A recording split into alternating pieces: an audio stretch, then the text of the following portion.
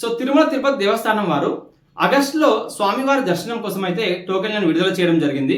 So ఈ టోకెన్ల కోసం ఇప్పటికే చాలా మంది ప్రయత్నిస్తుంటారు. సో ఎవరికైతే దర్శనము భాగ్యం కలిగిందో, ఎవరికైతే ఆ టోకెన్స్ లభించాయో, సో వాళ్ళు వాళ్ళ ఆనందాన్ని ఇతరులతో ఒక్కొక్కరు ఒక్కొక్క రకంగా వ్యక్తం చేస్తుంటారు. ఒకరేమో మేము ఆగస్టులో తిరుపతికి వెళ్తాము అని చెప్తారు. So we will go to Tirupati in August 2026.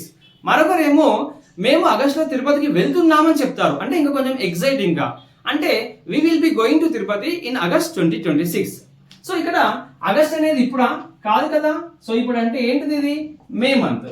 So present ఏమో మే మంత్ అయితే మనం ఫ్యూచర్ కి సంబంధించినటువంటి అంశాలని ఇతరులతో డిస్కస్ చేస్తున్నాం. సో ఈ ఫ్యూచర్ కి సంబంధించినటువంటి అంశాలను మనము 2-3 రకాలుగా డిస్కస్ చేయవచ్చు. So we will go to Tirupati in August 2026 అంటేనేమో సింపుల్ ఫ్యూచర్ టెన్స్. అలా కాకుండా we will be going to Tirupati in August 2026 అంటేనేమో ఫ్యూచర్ కంటిన్యూస్ టెన్స్.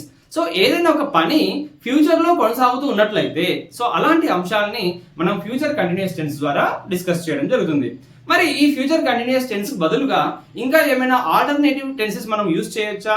అసలు ఫ్యూచర్ కంటిన్యూస్ టెన్సెస్ లో సెంటెన్సెస్ ని మనం ఎలా ఫ్రేమ్ చేస్తాం, ఇక్కడ స్ట్రక్చర్ ఏ విధంగా ఉంటుంది, సో ఏ విధంగా ఎలాంటి సందర్భాల్లో మనం ఫ్యూచర్ కంటిన్యూస్ టెన్స్ ని ఉపయోగించవచ్చు అనే అంశాలన్నీ కూడా ఈ వీడియో ద్వారా మనం డిస్కస్ చేద్దాం. So by the way, this is Vamshi Krishna. Let's welcome to loyal English and current affairs. So మరి ఇప్పుడు చెప్పినటువంటి ఎగ్జాంపుల్ ప్రకారంగా we will be going to Tirupati in August 2026.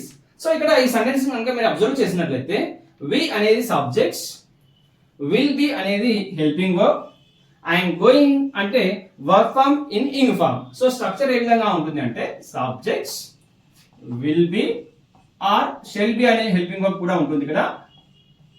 Work form 1 plus ing form అంటే మనం వర్క్ ఫార్మ్ 4 అనొచ్చు. తర్వాత object. ఇది మనకు ఫ్యూచర్ కంటిన్యూస్ టెన్స్ కి సంబంధించినటువంటి స్ట్రక్చర్. అంటే ఫ్యూచర్ లో ఒకానొక సమయంలో కొనసాగుతున్నటువంటి పనుల గురించి చెప్పేందుకు మనం ఈ ఫ్యూచర్ కంటిన్యూస్ టెన్స్ ని ఉపయోగించడం జరుగుతుంది. For example, I will be watching the IPL match today evening. అంటే ఈ రోజు సాయంత్రం నేను ఐపీఎల్ మ్యాచ్ ని చూస్తున్నాను. అంటే ఇప్పుడు కాదు కదా, ఈ సమయం కాదు కదా, సాయంత్రం. లేదంటే we will be watching the IPL match tomorrow evening. So రేపు సాయంత్రం మేము ఏం చేస్తూ ఉంటామంటే ఐపీఎల్ మ్యాచ్ ని చూస్తూ ఉంటాం.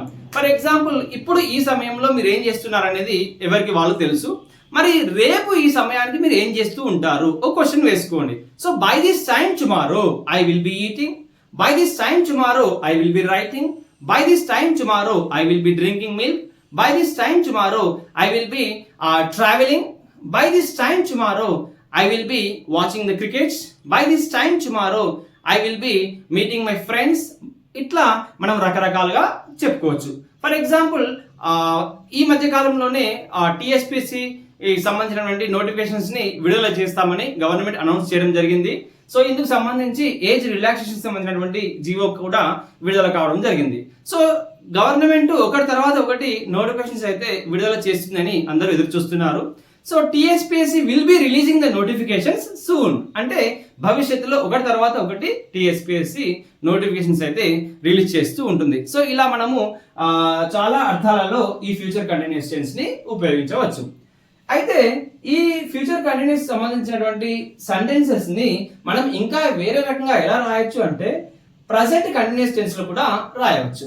ఎలా ప్రజెంట్ కంటిన్యూస్ టెన్స్ లో రాస్తామంటే ఇవి ఆల్రెడీ ఫిక్స్డ్ ప్లానింగ్సే కదా. అంటే మనము నియర్ ఫ్యూచర్ కి సంబంధించినటువంటి ప్లాన్డ్ యాక్టివిటీసే కదా. సో ఇలాంటి అంశాలని మనం ప్రజెంట్ కంటిన్యూస్ టెన్స్ లో కూడా రాయవచ్చు. అంటే we will be going to Tirupati in August 2026 అంటేనేమో ఫ్యూచర్ కంటిన్యూస్ అవుతుంది.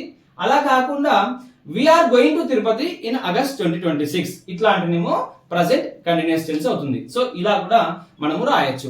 So we will be watching the IPL match tomorrow అనొచ్చు, we are watching the IPL match tomorrow అనొచ్చు. అంటే మనం ఏ టెన్స్ ఉపయోగించినా అర్థమైతే సేమ్. అంటే ఫ్యూచర్ లో కొనసాగుతున్నటువంటి ఒకానొక పనిని తెలియజేసేందుకు ఈ ఫ్యూచర్ కంటిన్యూస్ టెన్స్ ఉపయోగిస్తే అది ఫిక్స్డ్ టైం టేబుల్ అయితే, ఒక ప్లానింగ్ ఉన్నట్లయితే, అది నియర్ టర్మ్ సంబంధించినటువంటి ఆ ఫ్యూచర్ కి సంబంధించినటువంటి అంశం అయితే మనం ప్రజెంట్ కంటిన్యూస్ టెన్స్ లో కూడా యూజ్ చేయవచ్చు.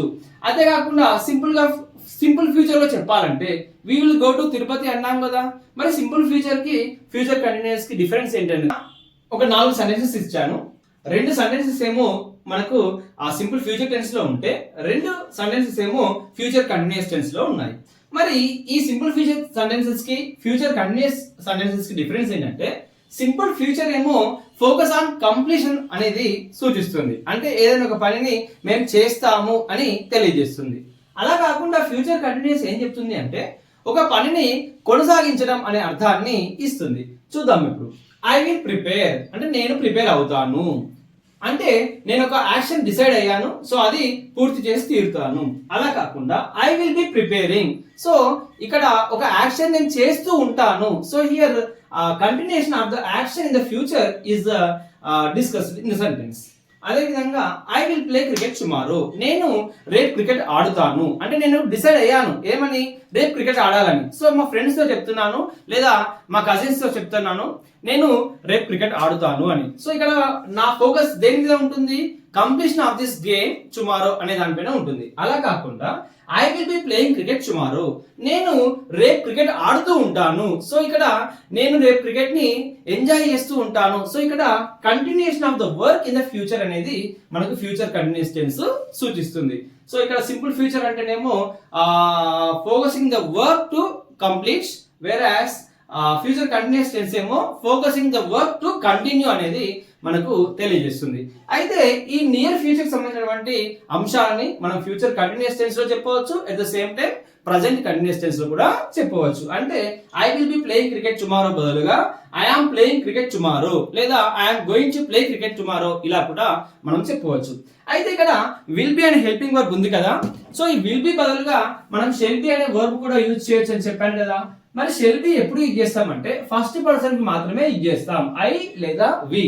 మరి విల్ బి అనేది ఎప్పుడు యూజ్ చేయొచ్చు అంటే ఏ పర్సన్ కైనా, ఫస్ట్ పర్సన్ అయినా, సెకండ్ పర్సన్ అయినా, థర్డ్ పర్సన్ అయినా, సింగులర్ అయినా, ప్లూరల్ అయినా, ఏ పర్సన్ కైనా మనం విల్ బి అనేది యూజ్ చేయవచ్చు.